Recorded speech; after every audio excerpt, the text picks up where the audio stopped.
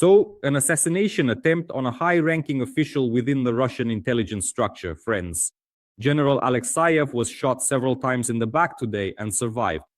Yes, the assassination attempt is officially acknowledged in the Russian Federation, and they are already spinning it into a conspiracy narrative. Well, essentially a conspiracy, because even people like Lavrov are already commenting on this story. And they are blaming terrorists, allegedly with a Ukrainian connection, who are supposedly trying to influence the negotiations in this way. Let me tell you more about this, why Alekseyev specifically, and what negotiations have to do with it. But first... Now, I would like to invite you to take a moment to quiet your surroundings and focus your attention on the audio that is about to play, so let us listen carefully to the sounds that follow.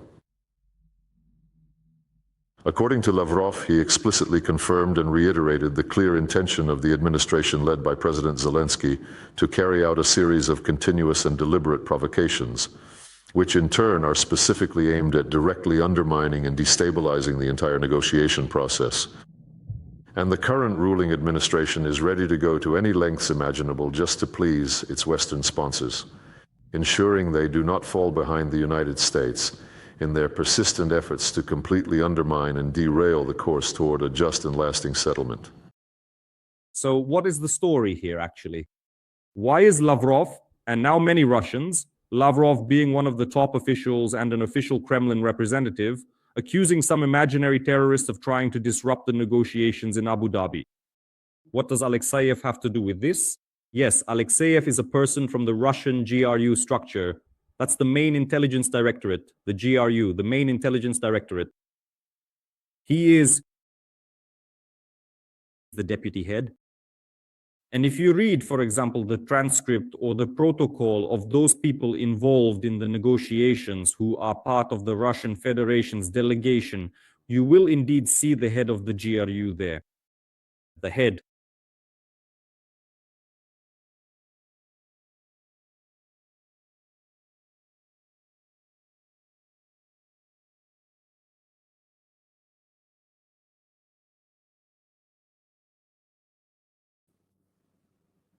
Yes, the internet is back. So we can probably imagine that perhaps the deputy official was also one of the key figures whose presence at the complex negotiations was not exactly welcomed or appreciated by the others involved.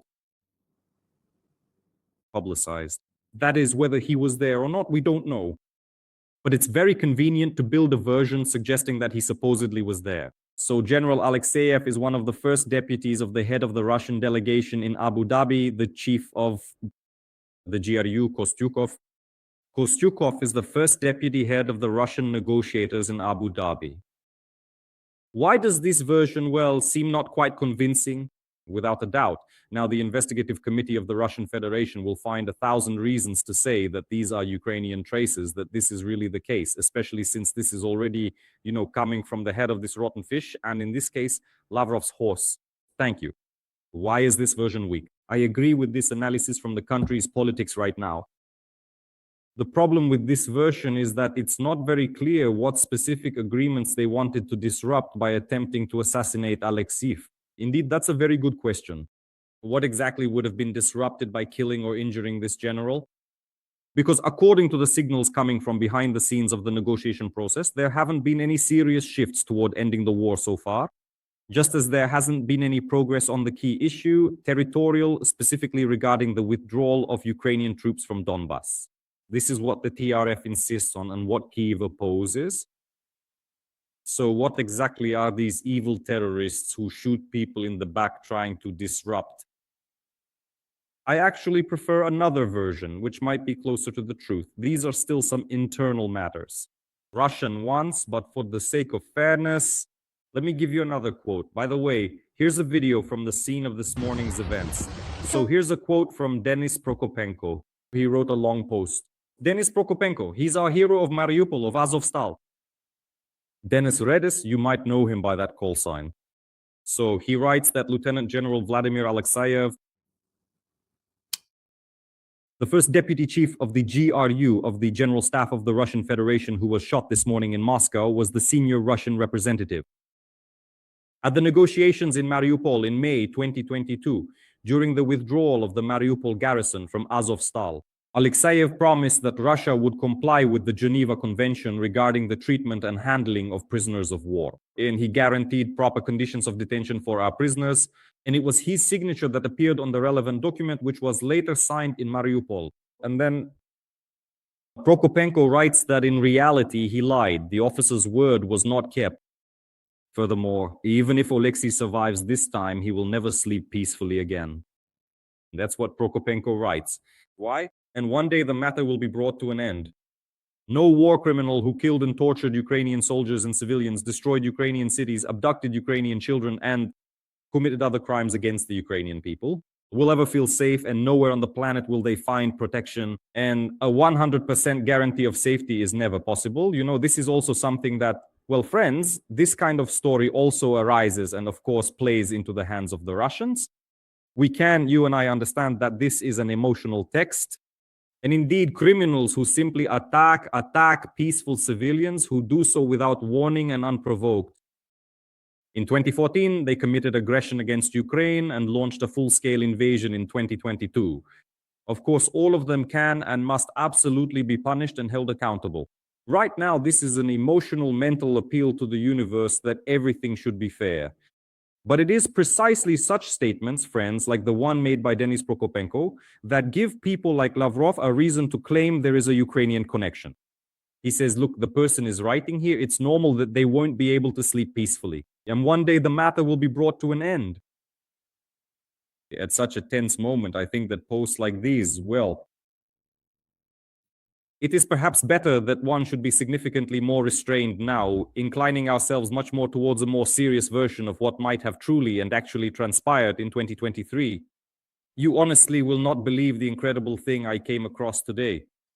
Gherkin is currently talking about Alekseyev. No one touched Alekseyev after the conversation with Garson about Alekseyev. I know him personally and very well. I made an effort. By the way, this is never brought up because, after all, he is a secret figure, the first deputy head of the GRU General Staff. He's a very big shot. He actually oversees all the special forces, but after he appeared on television and a lot of information about him surfaced on the internet, well, there's really no special secrecy left. None at all. This is a person who oversees not only all the GRU General Staff units, but everything they lead as well.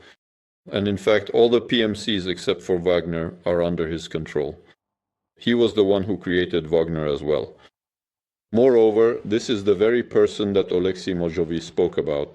In 2014, shortly before his death, he told me that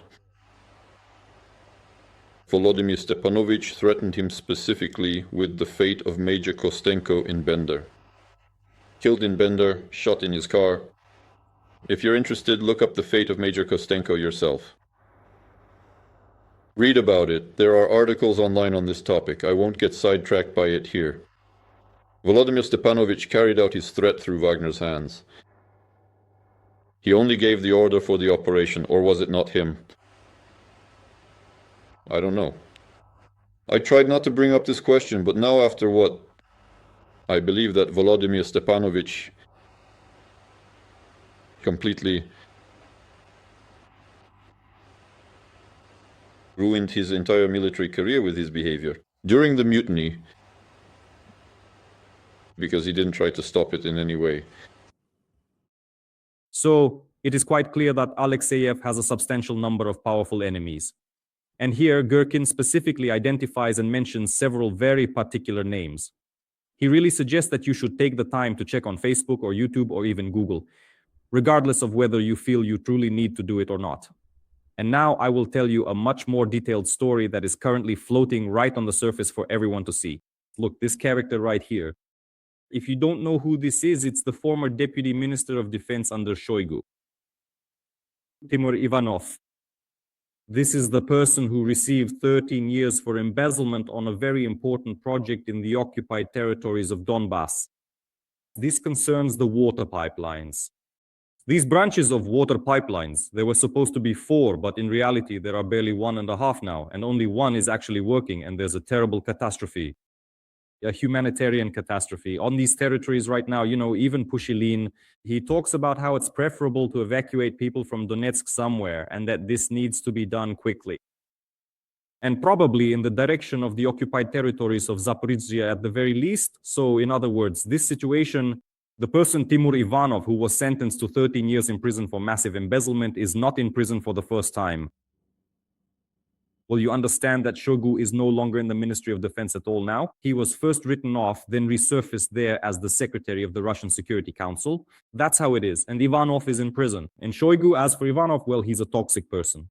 So the information on Ivanov was personally collected by General Alekseyev, just so you understand. That was his responsibility, to find someone to blame and imprison the person who is causing trouble. For Putin, Kiriyenko, and Pushilin, it's karma in Donbas.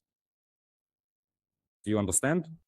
Now the person spends all his time in the gym, looks good, wants to rehabilitate himself, wants to go to this special military operation. That's exactly what his lawyers are saying. They write that, unlike his fellow sufferers, former high-ranking military officers, Ivan Popov, Yuri Kuznetsov, unlike them, Ivanov does not plan to appeal to Putin, his lawyer admitted. We don't see this as appropriate. The president is perfectly aware of the situation, so I don't think it's worth drawing his attention to this issue once again.